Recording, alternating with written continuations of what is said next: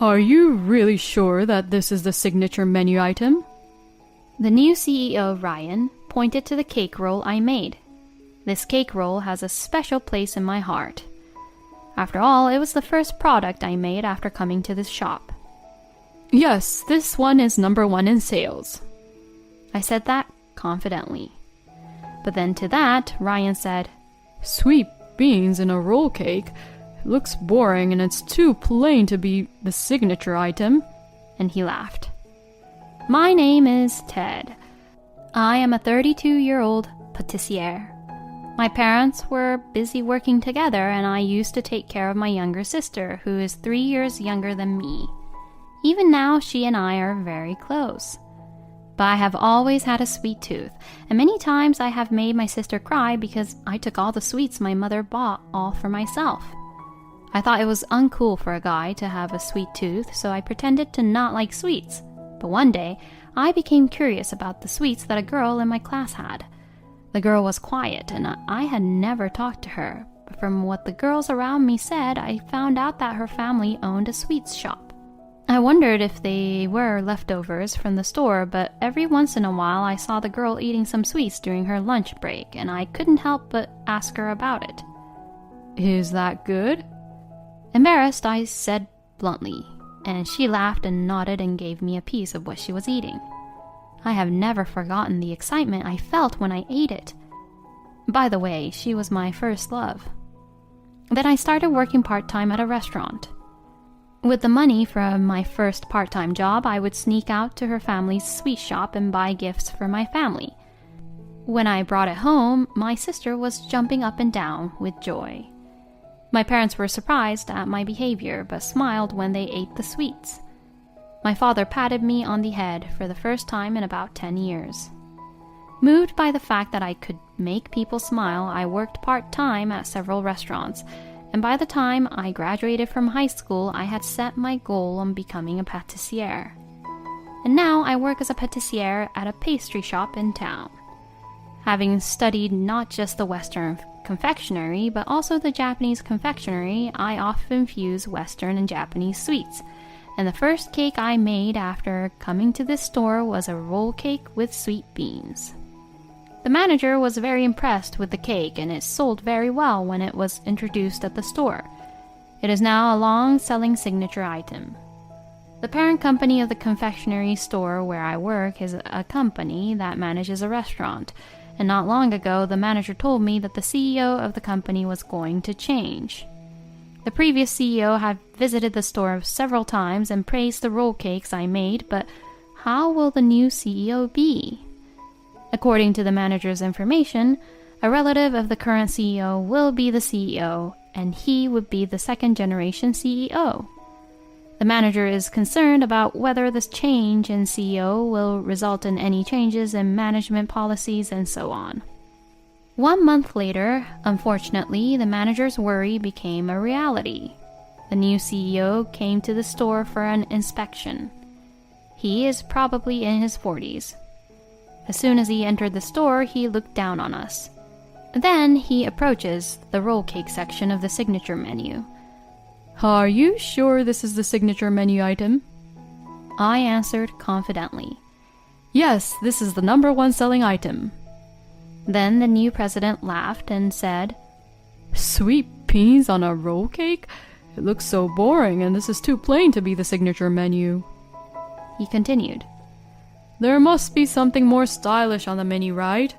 We are a pastry shop, for goodness sake. This is not a Japanese confectionery shop, okay? Don't make something plain or boring. Make something more glamorous. I'm going to replace the signature menu too, and I want you to come up with 5 new items by the end of the month. I don't care about how they taste. It's all about looks nowadays. Something that stands out that will be talked about on social networking sites is what I'm looking for. Please. As he said this, he left the shop. The manager was puzzled. I had studied Japanese confectionery, so I couldn't tolerate his attitude of making fun of it.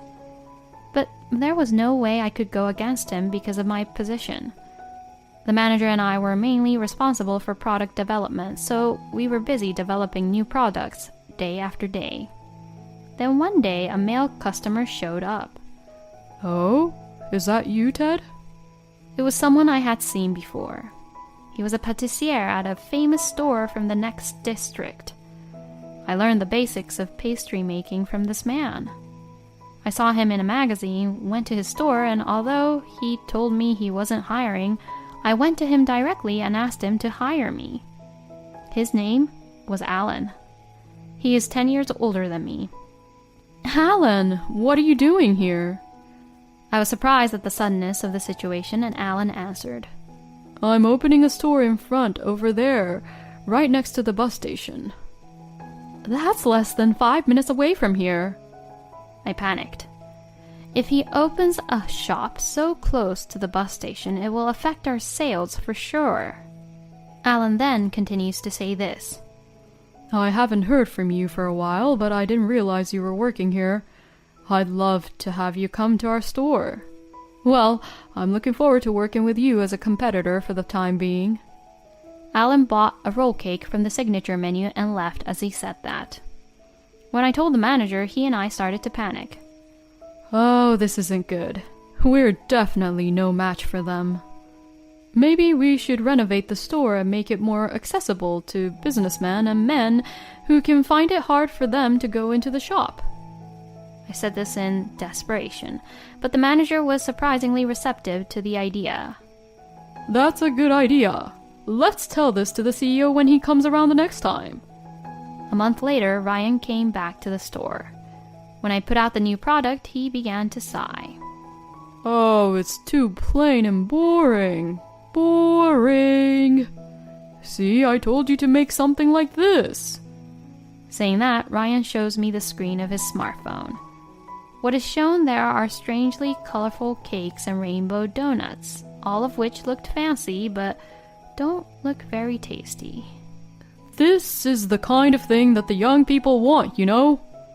That's what Ryan says, but I wish that he would think about the age range of our actual customers. So I respond him saying this. Our customers and the people who live around here are mostly older people, housewives, and businessmen, rather than the younger people. I think something like this would be great if we were in a town where there are lots of young people. It doesn't fit our store's color, and I'm not sure we should be concerned with just how it looks. What about remodeling the store for businessmen on their way home from work or for older people who find it difficult to set foot into the shop? That would attract more customers and sales would... As I say that much, Ryan begins to interrupt me. What's wrong with you? You're just an employee, aren't you? How dare you talk back to me? There are plenty of people who could take your place. As I was being astounded by his somewhat abusive words, the manager says this to defend me. Sir, Ted's power is real. In fact, more than 90% of our products are made by him. However, Ryan would not budge. I'm saying we can't compete with such a boring thing like what you already sell here. This is a business. We're not just doing it for fun like you guys. I got furious at his words. Huh? What do you mean by that? Do you think that everyone would love something that stands out? We are not playing around either. I make a serious effort every day to make our products and bring smiles to people who eat them. The manager rushed to stop me, but I couldn't stop. Then Ryan began to raise his voice. You're so annoying. If you don't like it, then quit. You're fired. You're fired. If you don't want to be fired, then get down on your knees and plead for it. As soon as he said that, I sighed to myself, thinking, this company is finished. That night, I grabbed my phone and pulled up Alan's number. I was wondering for a while whether to press the call button or not, looking at the screen. Then all of a sudden, the ringtone echoes, and I almost dropped my phone. I managed to regain my grip on the phone and look at the screen to see Alan's name on the display. Surprised, I answered the phone. Alan's store had already been open for a week, and as expected, the response had been great, with the store being sold out of items every day. I had heard the rumors as well. I wondered if it would be a good idea for me as a competitor to tell you this, But I actually do want you to help us, Ted. That roll cake was delicious. When Alan told me that, I answered honestly. Actually, I'm quitting my current company. To that, Alan had his happy voice and said, Then I want you to come to my place. The next day, I went to the store as usual to go through the resignation procedures. The manager who had arrived before me looked flustered and said, Ted, I'm sorry about yesterday. I asked Ryan not to fire you, but he got very angry, and now I'm fired too. What? I shouted at Dave's unexpected words. But I couldn't not open the store today, so I came here anyway. I don't know what's going to happen now. As I am startled by his words, the door to the store opens. I'm sorry, we haven't opened yet. As I turn around, I see Ryan and a strange man enter the shop. Then Ryan looked at us and said, You guys are no longer needed. This is the new manager and pâtissier, my son. He has trained in France, so he is very good at what he does. Now that we have a rival store, you are no longer strong enough. Please contact the HQ to arrange for your resignation. The rival store that Ryan mentioned must be about Alan's store. The manager and I were given personal belongings and kicked out of the store. When I told the manager that I had been invited to Alan's store, he said, That's great. He seems to have good reputation on the internet. I hope you'll do his best to bring that store down. And he laughed. Soon after that, I prepared for my new job and started working at Alan's restaurant. The shop was located in front of a bus station, and there were people of all ages there. Alan would say this to me. Ted, you trained in Japanese confectionery, right? The roll cakes that were on the signature menu were delicious. I want you to make something like that at our store too. I was delighted to hear that and began product development. I started developing new products, and some of the sweets I came up with, which were a fusion of Japanese and Western confectionaries, sold very well. We became busier than ever and short on staff, so Alan asked me if I knew anyone who would be good for the job. Without hesitation, I told him about my previous store manager, Dave, and contacted him. Dave said he would accept the position with an immediate answer. Alan said that he was also going to increase the number of part-timers and was interviewing for new ones. When I greeted the new part-timer, she said, Is that you, Ted? I don't know any girls who looked beautiful like her, was what I thought in my mind, and while I was thinking of who she could be, she began to say, I'm Emma. I was in the same class with you in high school, do you remember? My family has a sweets shop. Then it hit me that she was my first love. I wondered if she was going to work at her parents' sweet shop, but apparently her brother and his wife had taken over the business and they had enough people. I was happy to work with her, and I enjoyed my job even more.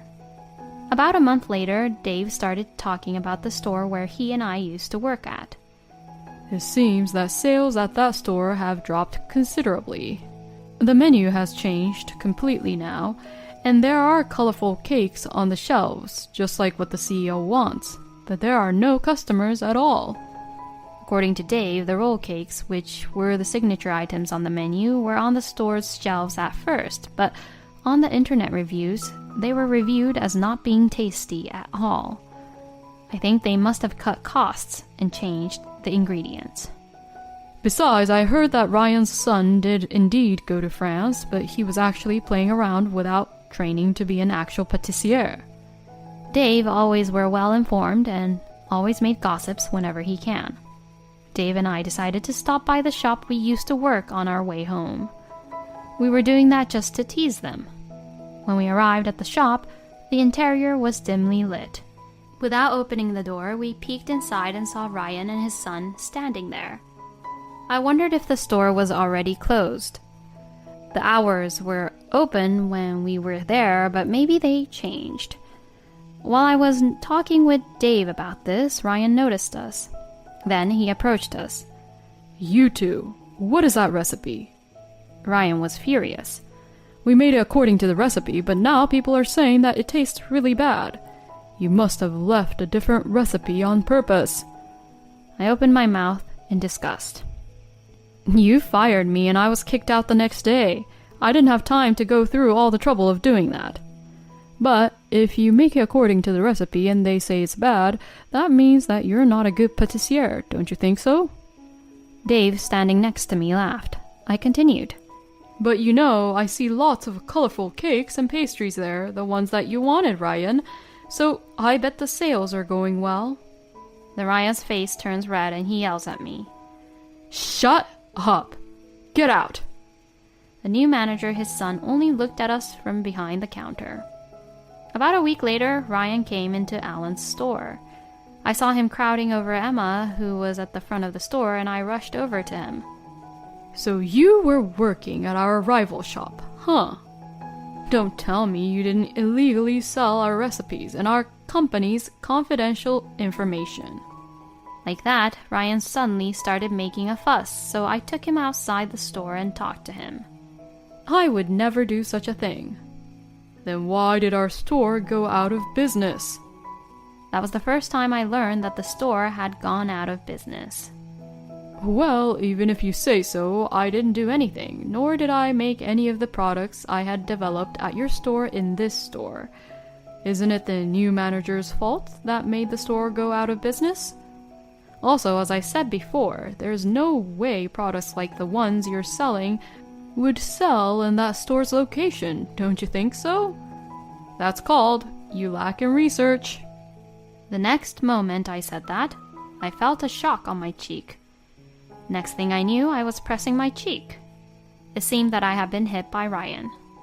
Dave saw this and jumped out. Ted is completely right. We were the ones who were fired in an unreasonable way. Fired in an unreasonable way? Ryan was furious again, and just as he swung at Dave, a policeman came running. It seems that Alan called the police, and like that, Ryan was caught red-handed and taken away by the cops. Ted, are you okay? Emma approached me and helped me get up on my knees as I was holding my red, swollen cheek, and Alan told me to go to the hospital. I went to the hospital to get checked out and got a medical certificate. When I returned from the hospital, Dave suggested that I sue Ryan for the injury and how he fired us in an unreasonable way. Sure, it's no exaggeration to say that I was flabbergasted and cried myself to sleep when Ryan made me quit the store. But come to think of it, that was an unfair dismissal. Besides, I can't help but feel a bit angry if I don't do something about it. So Dave and I decided to sue Ryan for unfair dismissal and me for personal injury as well. Ryan was reluctant to admit that he had wrongfully dismissed both Dave and I, but Dave has secretly recorded the incident when Ryan told me that I was fired with his smartphone. This became evidence, and Ryan, who could no longer get away with it, offered to settle the case. So Ryan paid us the settlement fee to both Dave and I. With this, I am now completely cut off with the company. It seems that Ryan had also threatened other employees that they'd be fired in an unreasonable way, and that others had sued him as well, but I don't know what happened after that. Alan's store was getting magazine coverage and sales were increasing. And in the midst of all this, I couldn't forget how I felt at the time. So I confessed my feelings to Emma. To my surprise, we are now dating on the premise of marriage. Speaking of marriage, my sister just recently had her wedding. She asked me to make her a wedding cake, which I did confidently, and it was well received at the venue. I gained confidence once again. I will continue to hone my skills as a pâtissière and make Emma